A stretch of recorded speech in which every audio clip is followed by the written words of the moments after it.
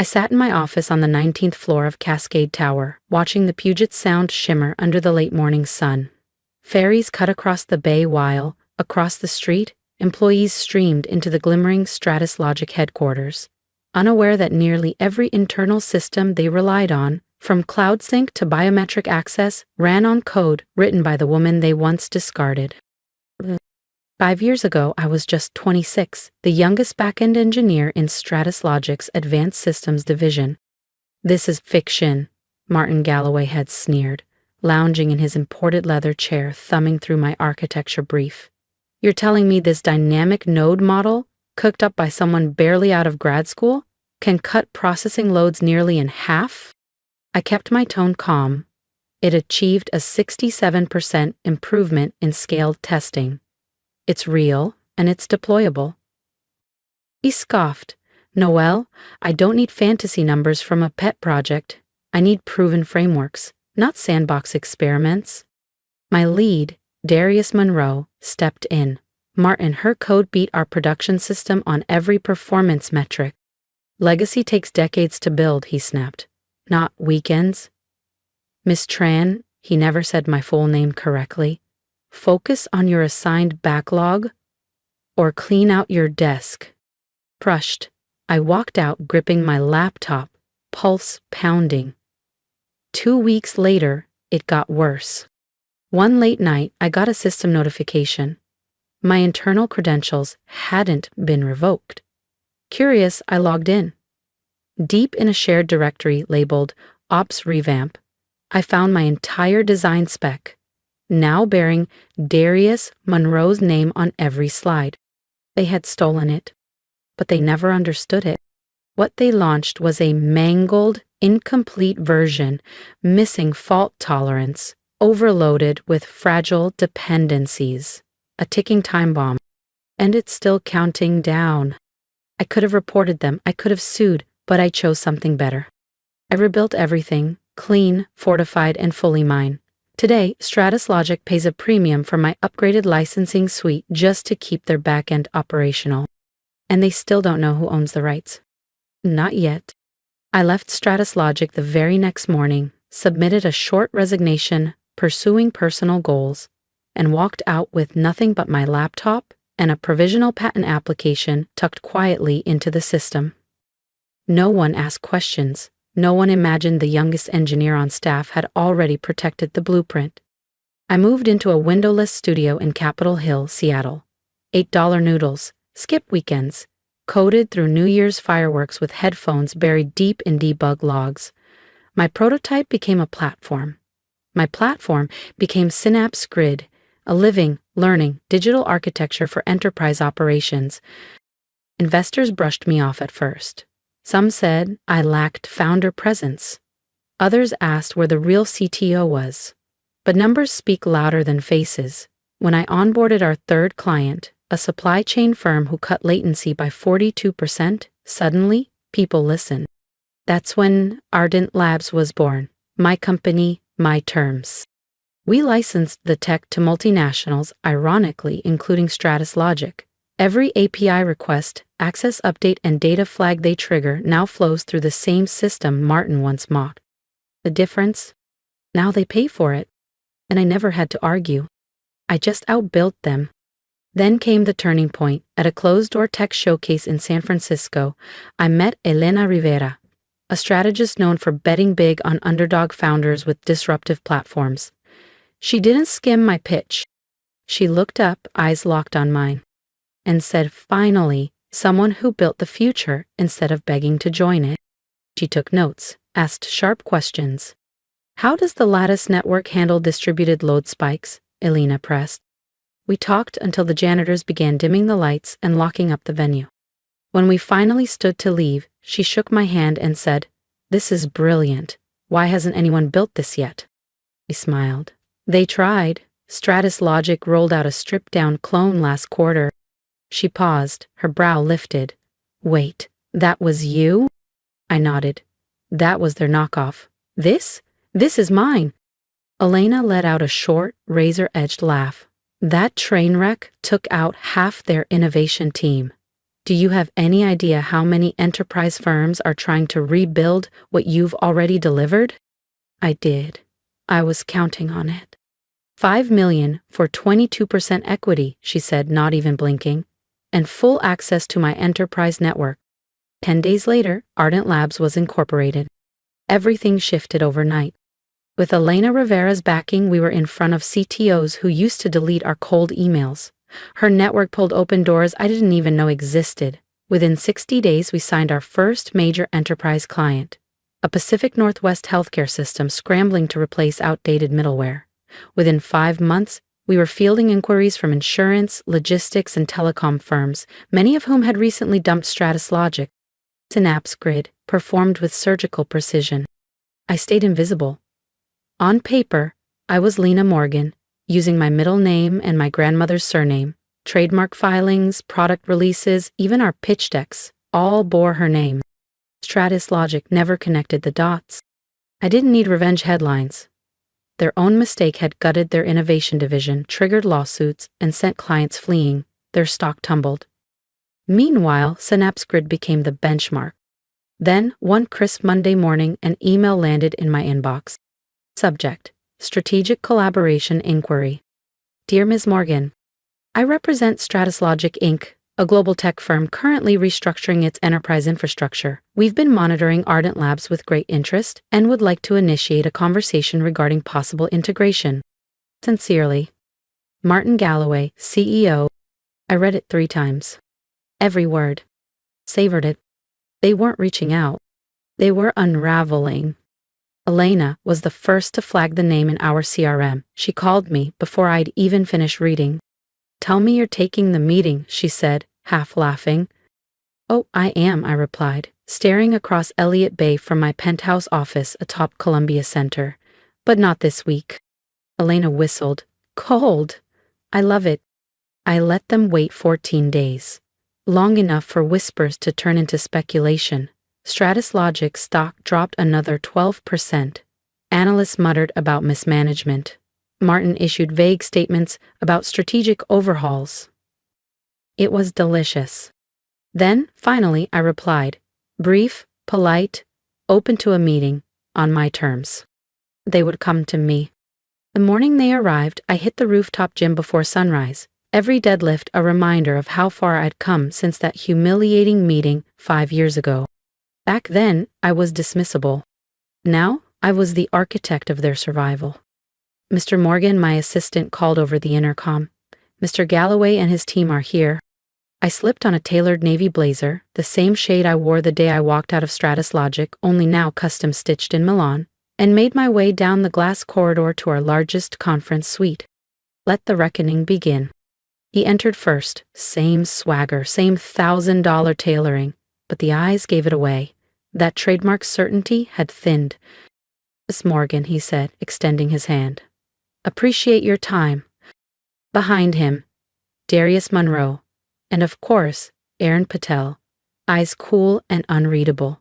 The same people who dismissed me, who white-labeled my work, who watched me walk out with barely a nod. None of them blinked. 6 years, a different name, and measurable success have a funny way of erasing memory. Please, I said, gesturing to the chairs across the table. I remained standing a moment longer than necessary before taking the head seat. Calm, measured. Let them wonder. Let them squirm. Martin laced his fingers. Let's be direct. We need modernization. Synapse Grid's track record speaks for itself. I nodded. Just once. Then let's talk about what that'll cost you. My voice was flat, almost bored. Is that so? Then let me ask, how well do you actually understand the system you're trying to buy into? He sat straighter, launched into a well-rehearsed string of jargon, neural workflows, load orchestration, predictive failover, buzzwords meant to impress shareholders, not engineers. Erin gave the occasional nod beside him. I recognized her touch all over the pitch. When he finally stopped, I smiled. Sharp, quiet. Impressive vocabulary, though I couldn't help but notice no mention of your company's last modernization effort. The temperature shifted. Martin's smile tightened. That project was mishandled. We acted on poor recommendations. Erin suddenly found her stylus very interesting. Poor recommendations? I tapped my iPad and brought up a file. You mean this rollout? The one that hemorrhaged $30 million in losses and collapsed in under a month? Erin's head snapped up. How did you... Enough, Martin snapped. And just like that, I had them exactly where I wanted. If you've enjoyed watching Noelle play the long game, just wait until the mask slips. Subscribe now so you don't miss the moment they realize exactly who's sitting across the table. He recalibrated, voice softer now. That's why we're here. We've evolved, and Synapse Grid is clearly the industry benchmark. I rose and walked to the window, the Seattle skyline glimmering in the morning light. Beyond the water, the Stratus Logic Tower stood, a monument to what used to be. Tell me something, I said quietly, watching the ferries glide across Elliott Bay. Whatever happened to the developer who built the system you tried to replicate? The one whose work was buried? Silence. I'm not sure what you mean, Martin said, too quickly. I turned, met his gaze fully. No, let me remind you. A junior engineer, female, proposed a dynamic back-end model you called a science fair project. Ring any bells? Erin froze, the color draining from her face. Darius looked away, but Martin stared now. Really stared. How do you... I returned to my seat, pressed a small button beneath the table. The wall screen lit up behind me. There it was, the original Synapse Grid framework, annotated, tested, my work, and stamped clearly at the top. Noelle T. Tran. I let the silence stretch a moment longer. Hello again, Mr. Galloway. Remember me? The immature junior developer you shut down? Chaos. Erin dropped her stylus. One advisor swore under his breath. Martin lurched up, his face drained of color. This can't be real, he muttered, eyes wide with disbelief. I folded my hands calmly on the table. No, Martine, this is very real. And more than that, this is justice. He pointed, stammering. You're not Lena Morgan. I smiled, serene and unbothered. No, but I made her, and you made me necessary. That's my middle name, I said smoothly, and my grandmother's maiden name. But you knew me as Noelle Tran, the junior developer you told to stop pretending she was building something real. We'll take legal action, Martin snapped, but even he heard the strain in his voice. That system was built under our roof, under our payroll. Incorrect, I cut in, calm and clear. Synapse Grid was patented 6 weeks before I ever walked into that boardroom. You never thought to check the USPTO filings, did you? I leaned forward just slightly, smiling. Oh, wait. Your infrastructure's still too outdated to retrieve federal records before 2020. I rose, adjusted the lapel of my blazer, and walked slowly to the far end of the table. But that's not really why you're here, is it? You're here because Synapse Grid is powering your competitors, because your Fortune 500 clients are walking away, and because with every quarter you stall, your grip on the industry slips further. He clenched his jaw. Name your price. Price? I let out a quiet laugh. Mr. Galloway, you've misunderstood.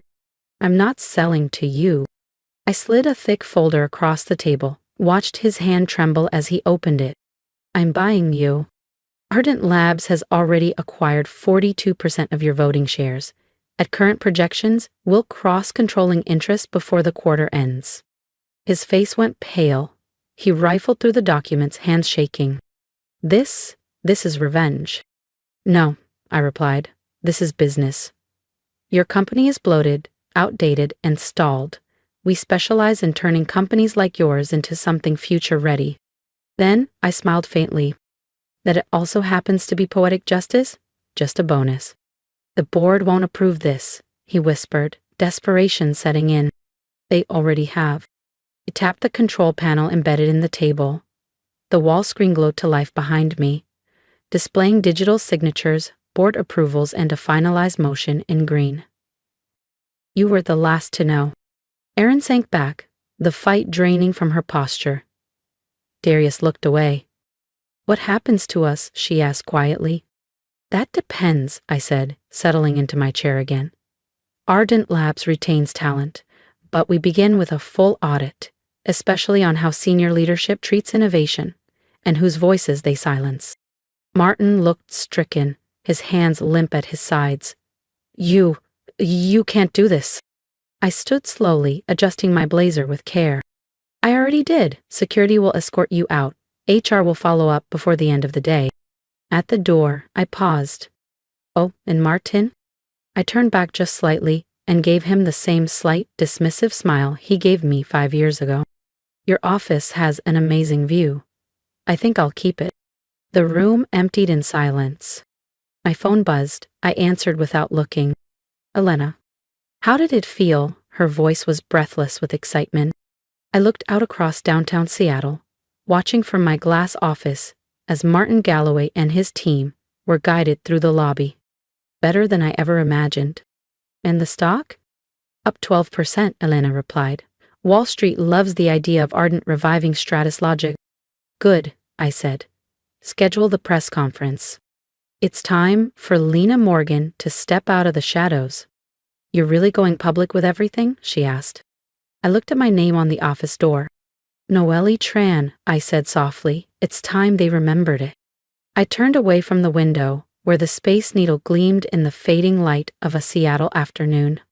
"Not everything," I said. "This was never about revenge. It's about momentum, about replacing old habits with real progress, about an idea once called too premature becoming the infrastructure of the future." Exactly. The next morning, I stepped up to the podium with the Seattle skyline rising behind me, announcing Ardent Labs' full acquisition of Stratus Logic, Inc. I wore the same navy blazer I had on the day Martin Galloway dismissed me 5 years earlier. No one else noticed, but I did. The press asked about my identity, why I chose to lead under a pseudonym. Why the secrecy? I gave the polished answers: product over personality, innovation over ego. They didn't need to hear about the instant noodles, the cold apartment, or the voice in my head that whispered maybe Martin was right, because success silences everything else. 30 days later, Stratus Logic was fully integrated into Ardent Labs. As promised, we evaluated the team fairly. Some stayed, some grew. Erin Patel now manages compliance, methodical, cautious. She was never a visionary, but she understood structure. As for Martin Galloway, he retired. His old corner office, it's now my secondary workspace. Quiet, clean, symbolic. A reminder that underestimated ideas can reshape industries. Sometimes at night, I still open my first Synapse script blueprint, the one they dismissed. I trace the early logic trees, the color-coded diagrams. They don't bring back anger. They bring back purpose. Today, the Stratus Logic building remains, but it bears a different name: Ardent Labs. Thousands rely daily on the platform they once rejected. And in the inside pocket of my old blazer, I keep a folded sheet of paper, my resignation letter from all those years ago, scrawled on the back in faded ink. Remember this moment. It's not the end. And it wasn't. It was the beginning. If you've made it this far, thank you for listening to the full story, not just the rise, but the silence, the setbacks, and the long nights no one ever sees. I didn't set out to become a symbol or a success story. I just wanted to prove to them and to myself that I was never the weak link in the room. I'd love to hear what you would have done in my place. Have you ever been dismissed, underestimated, told to stay quiet while someone else took the credit? Drop a comment. I'll read them all, because this isn't just my story, it's ours. And if you've ever shelved an idea because someone told you it wasn't good enough, take it off that shelf, rebuild it, refine it, protect it. Don't wait for permission to become who you already are.